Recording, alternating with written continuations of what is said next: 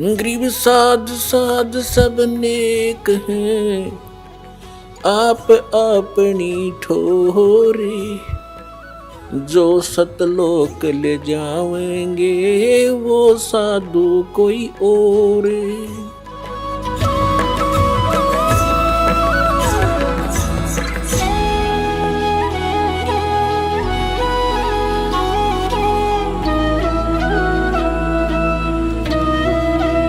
अब आपको दिखाते हैं श्री शिव पुराण के अंदर कि ब्रह्मा और विष्णु और शिव जी के कौन है माता पिता।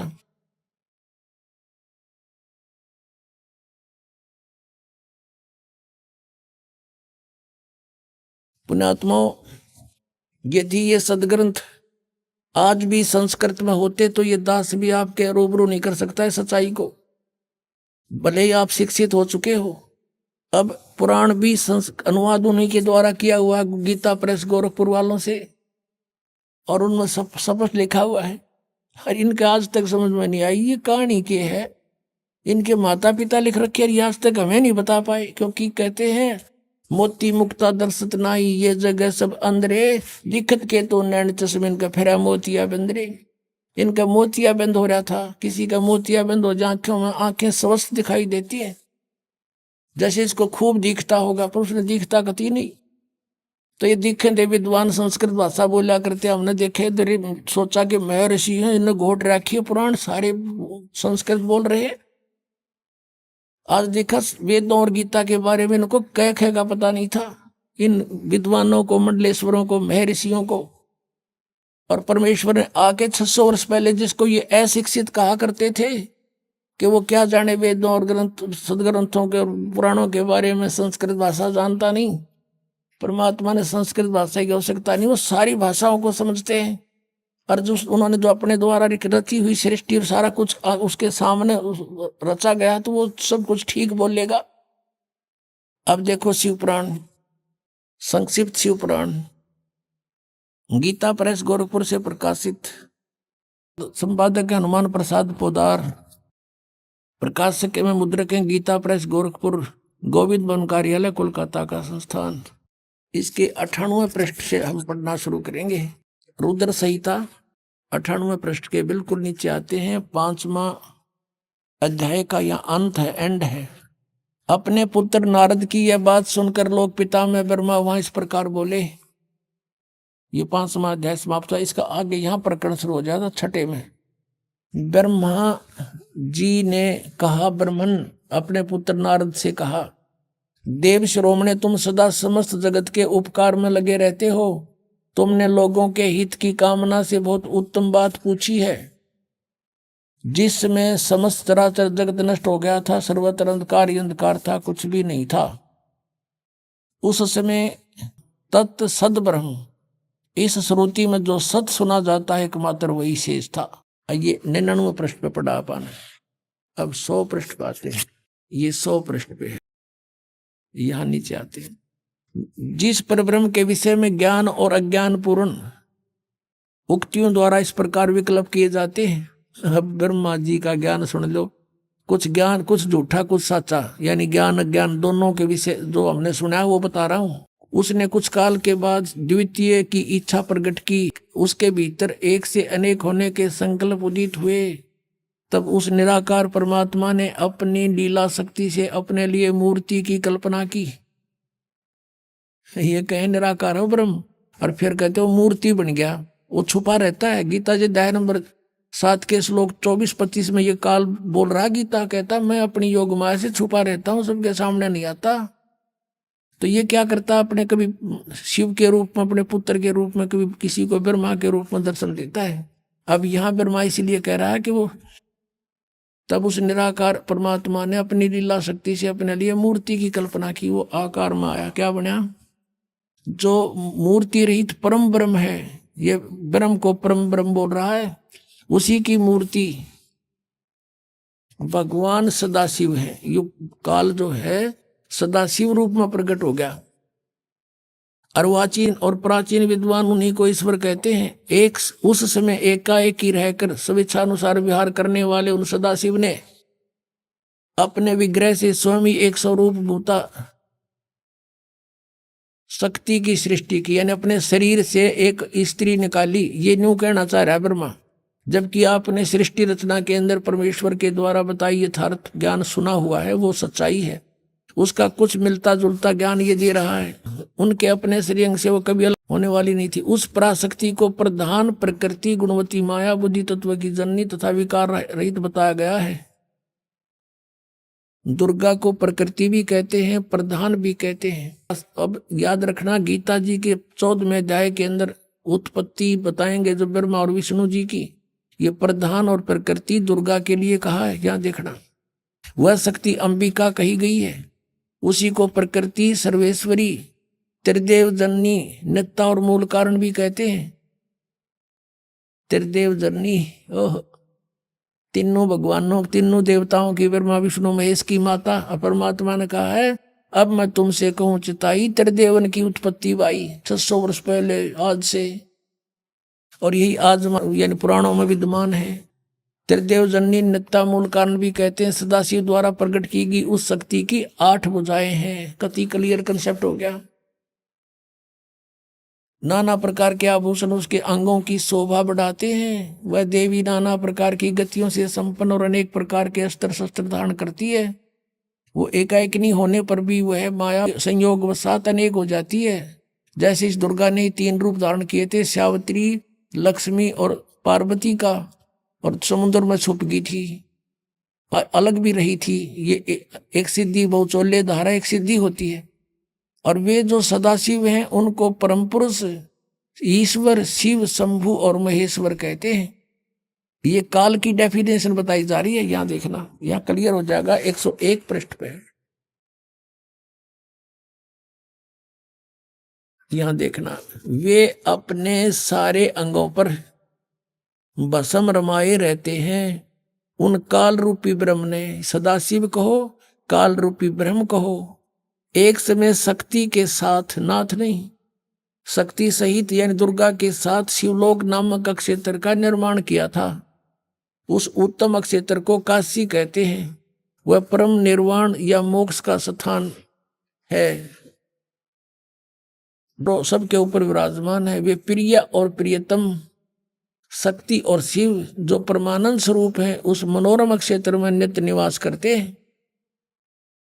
शक्ति और शिव यानी काल और दुर्गा, यो सदाशिव काल, काल रूपी ब्रह्म, और दुर्गा शक्ति। काशीपुरी परमानंद स्वरूपणी है। मुने शिव और शिवा ने, काल रूपी ब्रह्म और दुर्गा ने प्रलय काल में भी कभी उस क्षेत्र को अपने सानिध्य से मुक्त नहीं किया है। देवर से एक समय उस आनंद वन में रमण करते हुए शिवा और शिव के मन में यह इच्छा हुई कि कोई बालक बच्चा पैदा करें। ये दुर्गा और काल के मन में आई कि दूसरे पुरुष की सृष्टि करनी चाहिए, यानी कोई संतान उत्पत्ति करें। जिस पर यह सृष्टि संचालन का महान भार रखकर हम दोनों केवल काशी में रहकर स्वेच्छानुसार विचरें और निर्वाण धारण करें, ऐसा निश्चय करके शक्ति सहित सर्वव्यापी परमेश्वर शिव ने अपने वाम भाग के 10वें अंग पर अमृत मल दिया, यानी पति पत्नी व्यवहार किया। फिर तो वहां से एक पुरुष प्रगट हुआ, एक बालक का जन्म हुआ। देखना 102 पृष्ठ पे।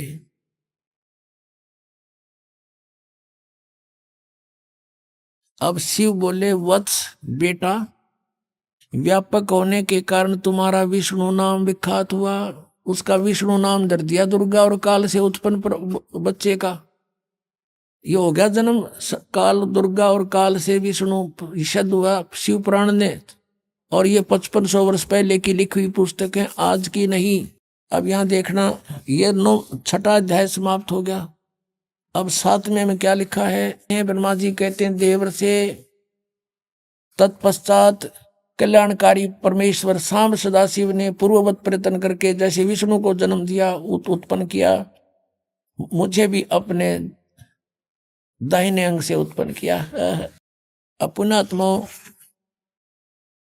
अब इनने कोई पूछने वाला हो, इनमें ऋषिया ने 5500 वर्ष हो गए इस पुराणों को लिखे हुए, आज तक ये हमें कह नहीं बता सके। जब इन पर आश्रित थे ब्लाइंड फेथ किया करते थे कि बड़े विद्वान पुरुष हैं, संस्कृत भाषा को जानने वाले हैं, और परमात्मा से हमारे को इसलिए दूर रखा, भगवान की वाणी को स्वीकार करने नहीं दिया और परमात्मा को परमात्मा नहीं मानने दिया। ये मां शत्रु रहे हमारे ये अज्ञानी नीम हकीम गुरु, चाहे वो किसी धर्म मजहब के रहे हैं।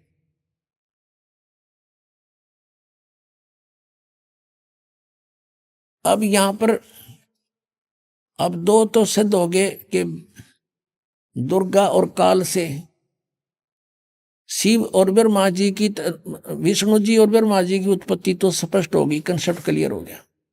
अब रह गया शिव। अब यहां ये विचलित हो गया अनुवाद करता कि यहाँ प्रकरण चल रहा है जन्म उनकी उत्पत्ति का, तो विष्णु मूल संस्कृत में विद्वान है, मूल पाठ में। यहाँ उसने सोचा विष्णु शिव जी से शिव की उत्पत्ति कैसे लिखूं, हाथ कांप गए। अब लेकिन कहते हैं चोर चुरावे तुमड़ी गाड्डा पानी में, वो गाड्डा हुआ ऊपर आवनो सच्चाई छानी ना। अब दिखाता हूं आपको विद्वेश्वर संहिता पृष्ठ नंबर 24, 25, 26 पे। एक समय ब्रह्मा और विष्णु जी का इस बात पर झगड़ा हो गया। ब्रह्मा जी कहते मैं, विष्णु जी को कहते मैं तेरा बाप, और विष्णु जी कहते मैं तेरा बाप। अब इनको ऐसा भ्रम क्यों हुआ? क्योंकि काल ने प्रतिज्ञा कर रखी है कि मैं अपने वास्तविक शरीर रूप में कभी किसी को दर्शन नहीं दूंगा। तो साधकों ने साधनाएं की, हठयोग किया, किसी को ब्रह्मा के रूप में दर्शन दे दिया। जो त्रिलोक इसका पुत्र ब्रह्मा साक्षात सबको दिखाई देता है, देवता है। तो सबने मान लिया कि ब्रह्मा ही सर्वशक्तिमान है, यही परमात्मा हमने समाधि में देख लिया। ये छुपाए हुए अपने आप को सब उसके गुणगान करने लगे। ऐसे किसी को उसने विष्णु जी के रूप में दर्शन दे दिए, किसी को शिव के रूप में। तो कोई कहता नहीं विष्णु जी सर्वशक्तिमान है, कोई कहता नहीं शिव जी सर्वशक्तिमान है, यही भगवान है, ये छुपाए रहे अपने आप को। तो इनका भ्रम हो गया कि हम भगवान हैं। तो इन दोनों ने आपस में झगड़ा कर दिया। तो ऊपर से इस काल ने इनके बीच में एक सफेद पिलर खड़ा कर दिया, जिसको शिवलिंग बोलते हैं। तेजों में से चमक निकली बहुत की नहीं। तो ये हैरान रह गए, युद्ध बंद कर दिया, उसको देखने लगे ऊपर नीचे जाकर। फिर यू काल प्रकट हो गया शिव के रूप में, अपने पुत्र शिव के रूप में, और इन दोनों को फिर शिक्षा देने लगा। देखिएगा विद्वेश्वर संहिता, ये संक्षिप्त शिव पुराण प्रश्न नंबर 24, 25 पे यहाँ देखिएगा विद्वेश्वर संहिता। और यहाँ आते हम, ये दोनों देखो भगवान ब्रह्मा और विष्णु लड़ रहे थे, इनके बीच में ये पिलर खड़ा कर दिया सतम। फिर वो खुद आ गया शिव के रूप में, नीचे देखिएगा। अब ब्रह्मा और विष्णु ने पूछा प्रभु सृष्टि आदि 5 कर्तों के लक्षण क्या हैं, ये हमें हम दोनों को बताइए। भगवान शिव बोले, ये काल बोला मेरे कर्तव्यों को समझना अत्यंत गहन है, तथापि मैं कृपा पूर्वक तुम्हें उनके विषय में बता रहा हूं। ये 5 अपने कर्त बता दिए। ये देखना, ये 25 पे हमने पढ़ा, अब 26 पे पढ़ रहे हैं।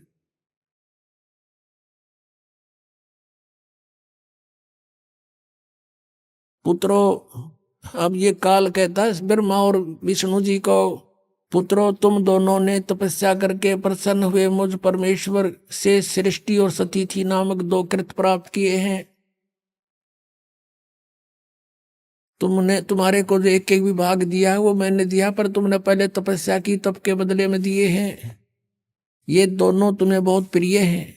इसी प्रकार मेरी विभूति स्वरूप रुद्र और महेश्वर ने, ये मैं नहीं है, ने 2 अन्य उत्तम कृत्य संहार और तिरोभाव मुझसे प्राप्त किए हैं। अब देखो 4 हो गए, ये 2 तो ये हो गए तुम दोनों ने, ब्रह्मा और विष्णु जी, और रुद्र और महेश्वर, और बोलने वाला 5वां सिद्ध हो गया, युविन का पुत्र है। अब पुण्यात्माओं,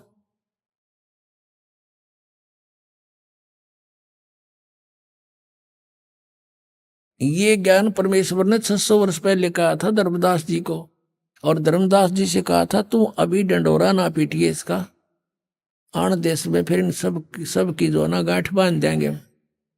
अभी तो ये हमने मूर्ख समझ रहे हैं, जनता हमारे बच्चों को मुझसे दूर किए बैठे हैं। बिचली पीढ़ी आओगी जब देखेंगे इन्हें।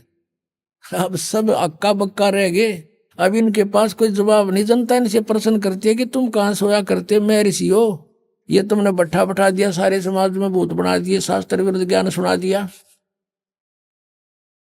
अब इनके बीड़ी धरती हो पृथ्वी होगी, इनको मुश्किल माचेगी। सारे पंथाड़ा ने देख लिए।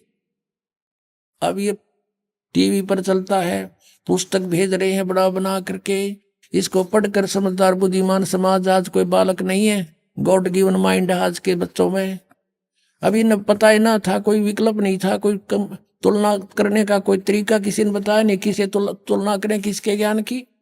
आज ये कंसेप्ट क्लियर करके धर दिया, माप के देख लिए सबने। ये ISI मार्क है जो दास ज्ञान देता है, सब सदग्रंथों में प्रमाणित है। अब वो पूछ रहे हैं उन गुरुओं से, उनको मुश्किल माच रही है और बुद्धिमान लोग भाग भाग करा रहे हैं।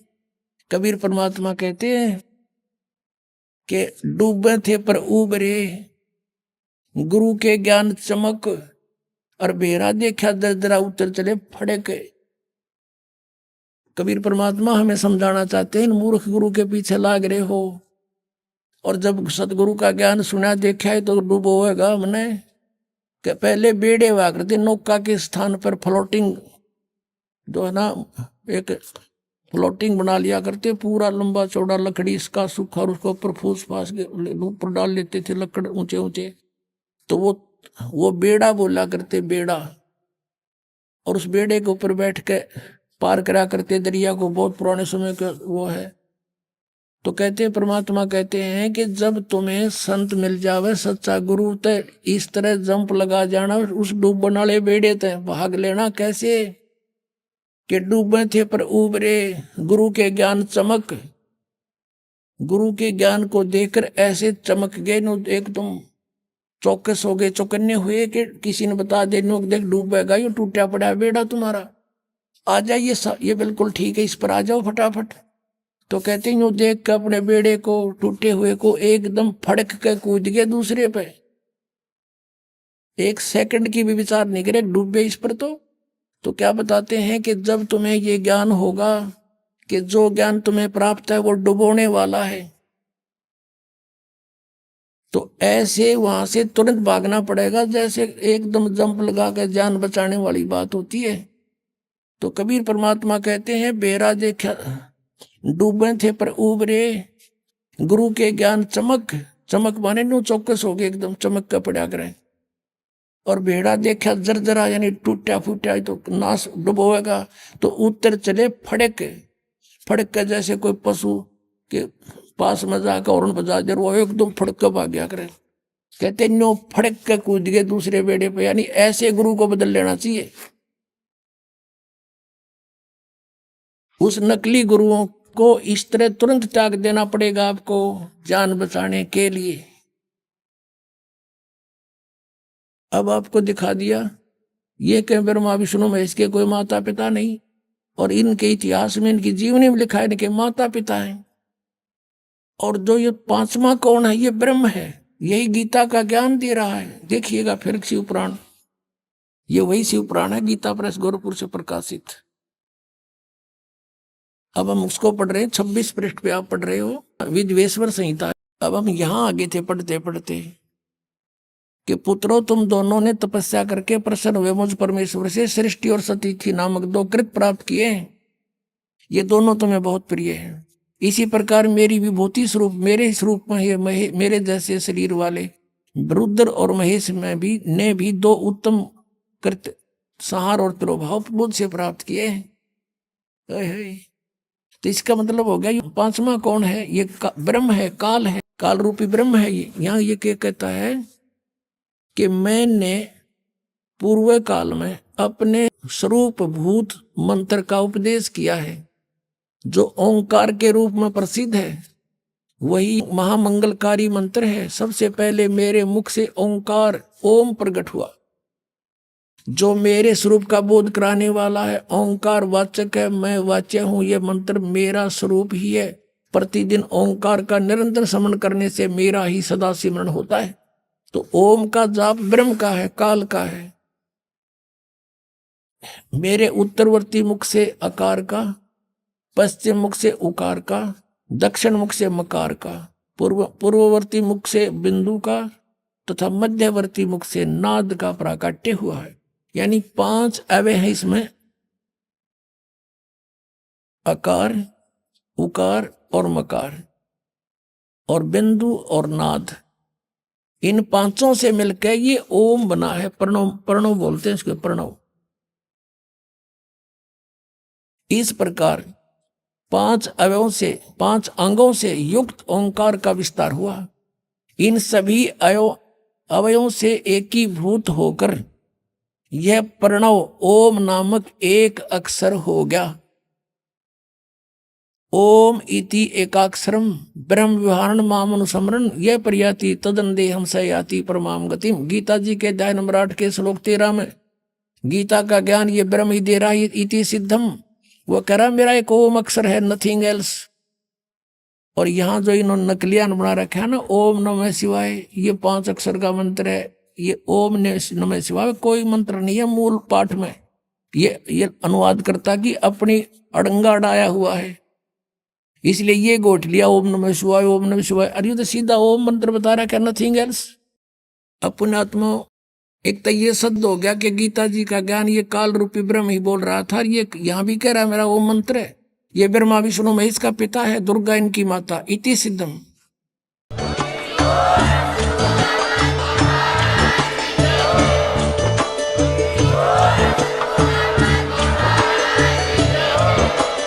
आप सुन रहे थे जगत गुरु तत्वदर्शी संत रामपाल जी महाराज जी के मंगल प्रवचन। अधिक जानकारी के लिए विजिट कीजिए हमारी वेबसाइट www.jagatgururampalji.org। संत रामपाल जी महाराज जी के शुभ आशीर्वाद से पूरे विश्व भर में 500 से भी ज्यादा नाम दीक्षा केंद्र हैं, जिन पर संत रामपाल जी महाराज जी द्वारा ऑनलाइन निशुल्क नाम दीक्षा दी जा रही है। अपने नजदीकी नाम दीक्षा केंद्र का पता करने के लिए संपर्क करें 8222880541।